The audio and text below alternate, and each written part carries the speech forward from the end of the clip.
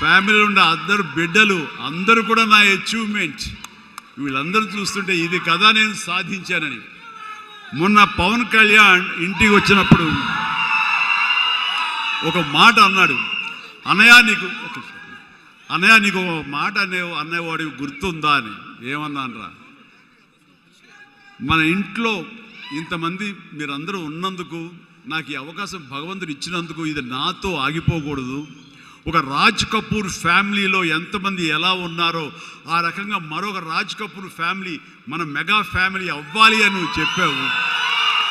ఈ రోజున చూస్తుంటే తలుచుకుంటే నీ మాట ప్రభావం, నీ మాట మంత్రంగా ఈరోజు పనిచేసి మన ఫ్యామిలీలో ఇంతమంది 9 ఉన్నాము, 10 మంది దాకా ఉన్నావు అంటే కనుక నీ మాట పవర్. ఎందుకంటే నువ్వు చాలా నిష్కల్మషంగా అంటావు, అనేదో కన్విక్షన్తో అంటావు, అందులో ఎలాంటి పొల్యూషన్ ఉండదు కాబట్టి దానికి బలం ఎక్కువ అన్నయ్య. మంచి మనసుతో అంటావు, పాజిటివ్తో అంటావు అని కళ్యాణ్ బాబు అంటే అవును కదా అనుకున్నాను.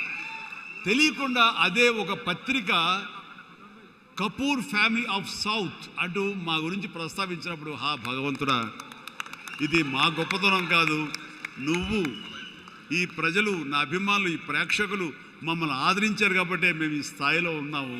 అనుకున్నది ఆ రకంగా సాధించగలిగాము అనిపిస్తుంది. అండ్ గతంలో ఎప్పుడు నేను ఏ సభలోనూ ఇంత మనసుప్పి మాట్లాడుకోలేదు. అది మీతోటి నేను మనసుకి ఆప్తా సంస్థ సంబంధించి నా గుండెని టచ్ చేశారు.